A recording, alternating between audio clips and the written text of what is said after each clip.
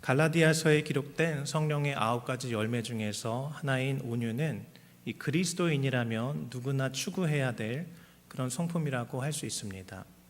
예수님도 친히 자신을 소개하시면서 마태복음 11장 29절에 나는 마음이 온유하고 겸손하니 나의 멍에를 메고 내게 배우라 그리하면 너희 마음이 쉼을 얻으리니 라고 말씀을 하셨습니다.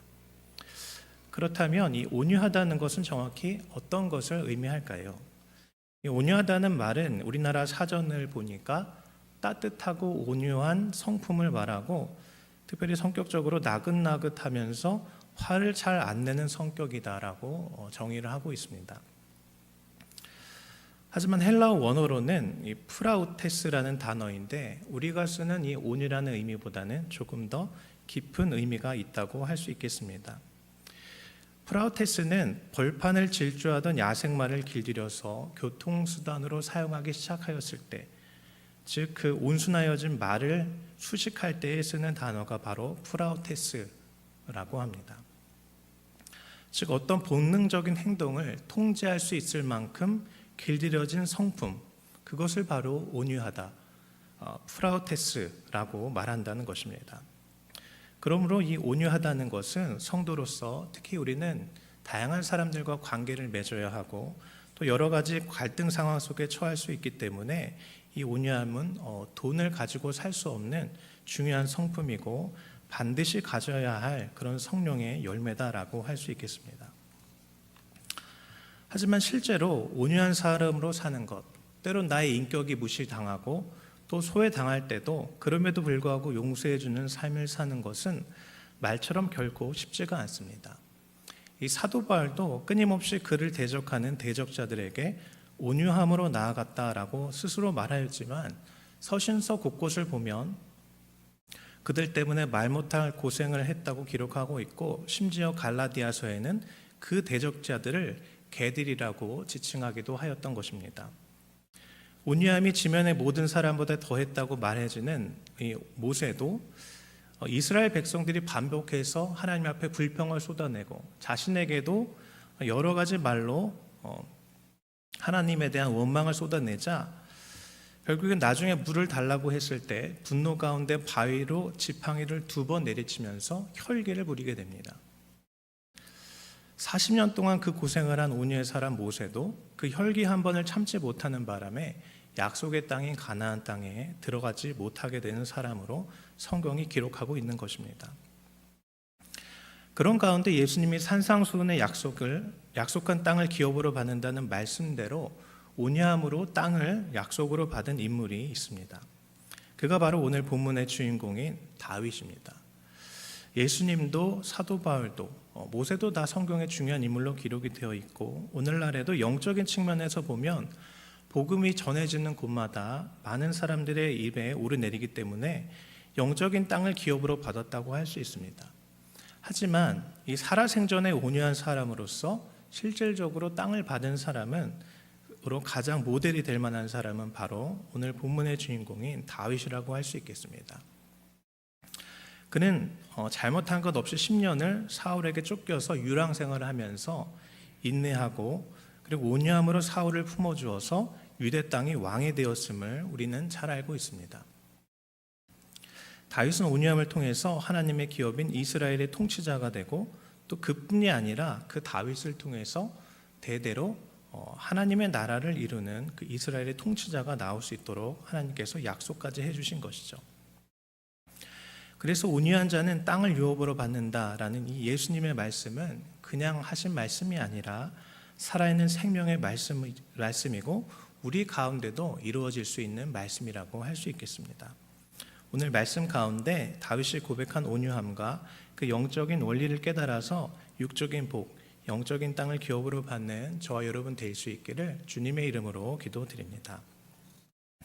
먼저 오늘 본문 1절과 2절을 함께 읽도록 하겠습니다. 본문 1절과 2절 함께 읽겠습니다. 시작.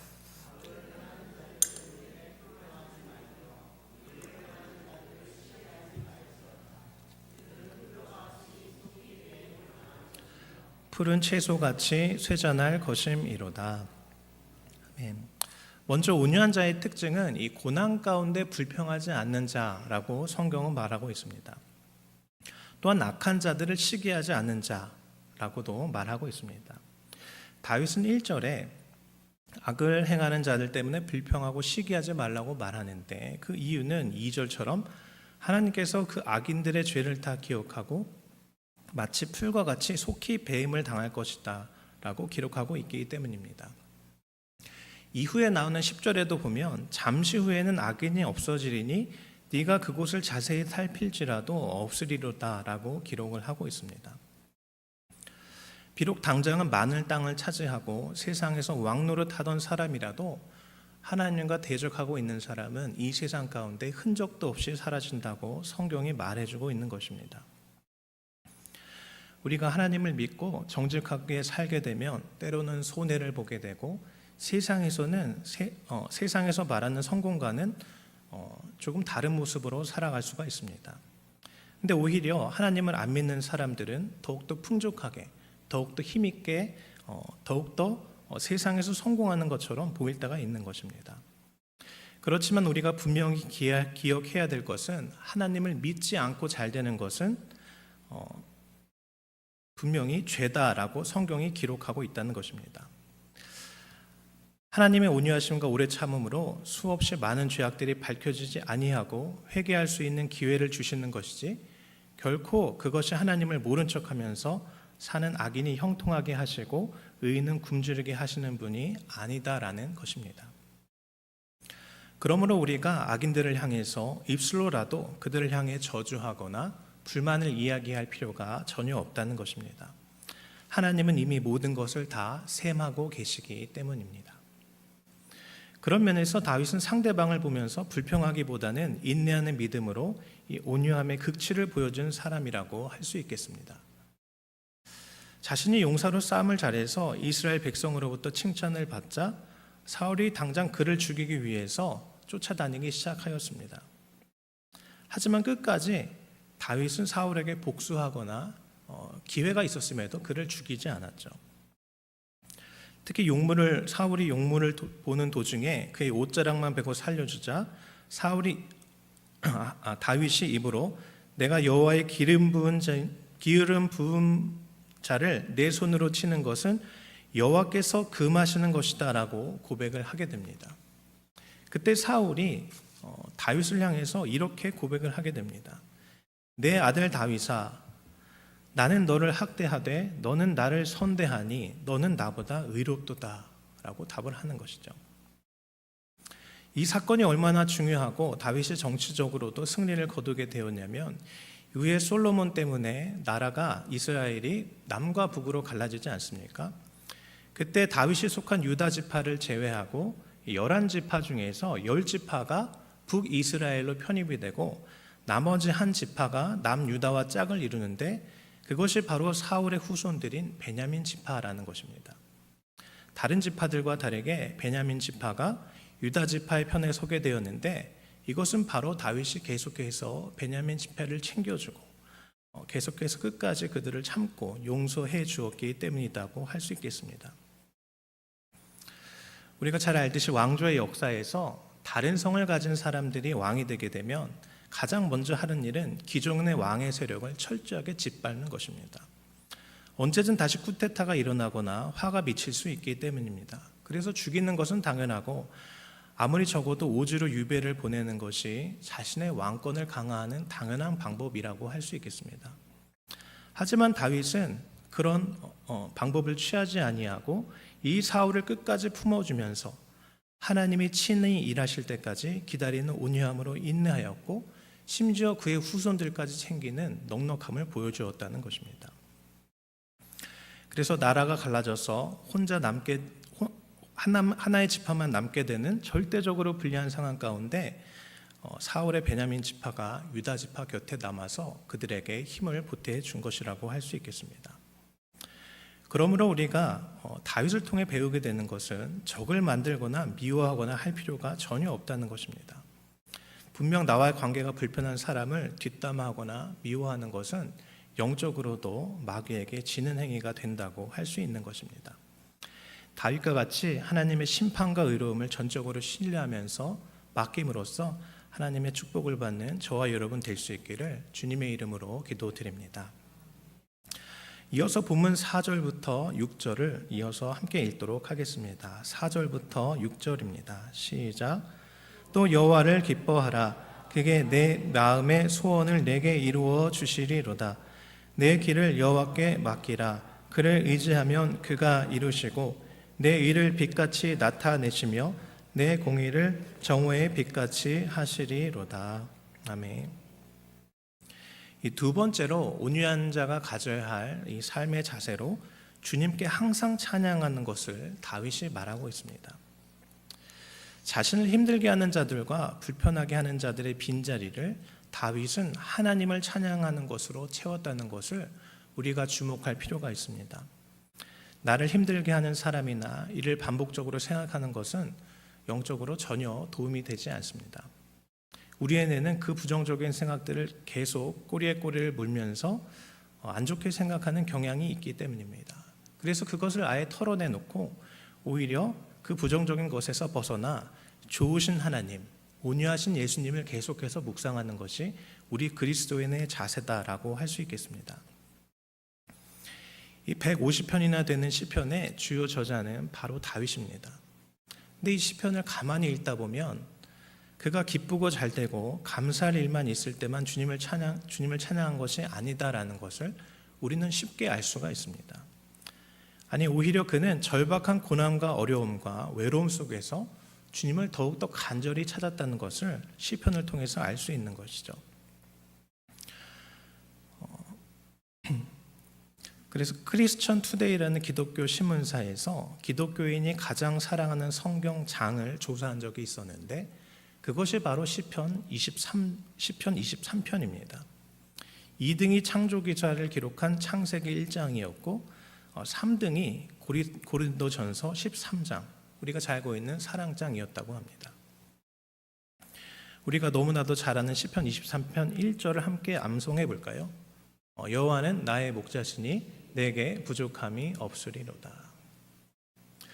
그가 억울함 속에서 외로움과 고난을 온유함으로 이길 수 있었던 바로 그 고난 중에 주님께 찬양하는 사람이었다는 것을 우리가 기억해야 한다는 것입니다. 사람들이 이 시편 23편을 사랑하는 이유는 환난 중에 드린 고백과 찬양이 우리가 환난을 당했을 때에 큰 울림이 되고 도전이 되고 위로가 되기 때문이라고 할 수 있겠습니다. 그리고 실제로 다윗은 그 성경 말씀과 같이 고난 중에 주님께 찬양하는 온유함으로써 도망자의 신분에서 왕의 신분으로 완전히 변화되는 그런 역사를 스스로 경험한 사람이기 때문이라고 할 수 있겠습니다. 오늘 본문의 5절과 6절처럼 내 의를 빛같이 나타내시며 내 공의를 정오의 빛같이 하시리로다. 이것을 스스로 경험한 사람이 바로 다윗이라는 것입니다. 다윗처럼 고난 가운데 또 어려움 가운데 오히려 주님을 찬양하면서 온유하다 칭찬받는 저와 여러분이 될 수 있기를 주님의 이름으로 기도드립니다. 이어서 세 번째로 본문 7절부터 9절을 함께 읽겠습니다. 7절부터 9절입니다. 시작.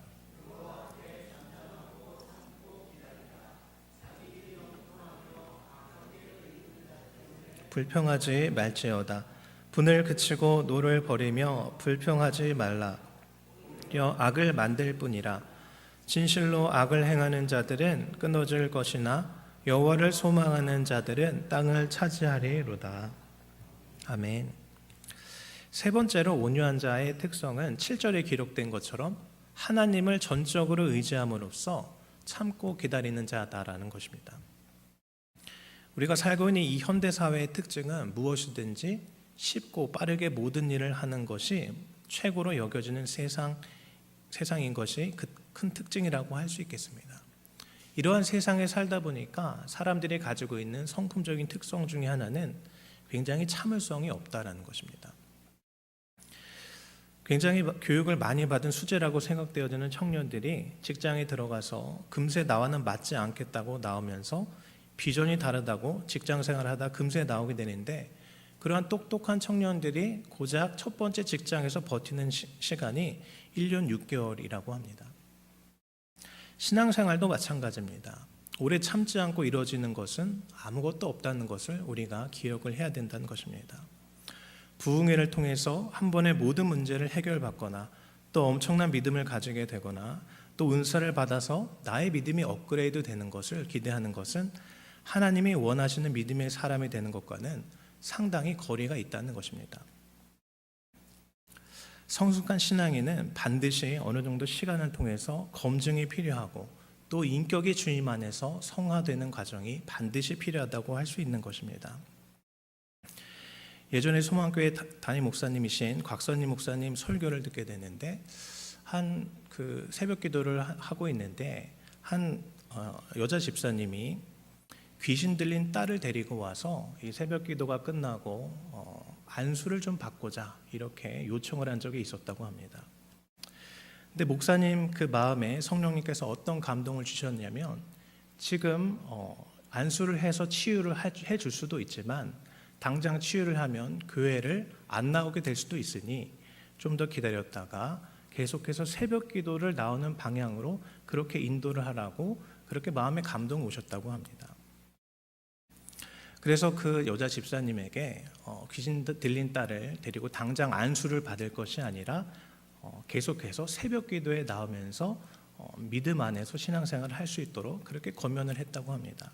근데 거짓말과 같이 2달, 3달이 지나면서 점점 그 상태가 좋아지더니 결국엔 귀신이 나가는 역사를 체험하게 되었다고 말씀해 주는 것을 들은 기억이 있습니다.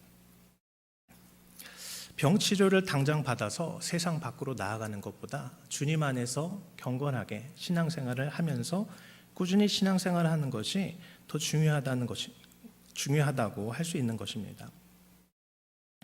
오랜 시간 나의 죄악된 습관들이 빠지고 오직 내 안에 예수님의 성령이 채워지고 내 안에 기름 부으심이 있기까지는 많은 시간이 필요하다고 할 수 있는 것입니다. 특히나 다른 사람을 대할 때 이 온유함으로 대한다는 것은 내 안에 악한 것을 대하는 것처럼 장기적인 안목을 가지고 대해야 하는 장기 프로젝트라고 할 수 있겠습니다. 특히 힘이 세고 거칠고 폭력적이고 성격이 모난 사람을 만나게 되면 온유함으로 대하기 위해서 일단 참고 나의 온유함이 그 사람에게 온전히 전해질 수 있도록 상당히 많은 시간이 필요하다는 것입니다. 그 시간을 통해서 내 안에 있는 예수님의 사랑이 그에게 흘러들어가고 또 그로 인해서 그 사람 안에 내가 준 예수님의 사랑이 피어날 때에 그 사람이 온유함 가운데 변화되는 것을 체험할 수 있다는 것입니다. 사람의 기도 제목이 나이가 들면서 3단계로 변한다고 합니다. 젊었을 때에는 세상을 제가 주님 어떻게 변화시킬 수 있겠습니까? 주님 나에게 능력을 허락하여 주시옵소서. 하나님께 이 세상을 올려드리겠습니다 라고 큰 꿈을 가지고 기도한다고 합니다.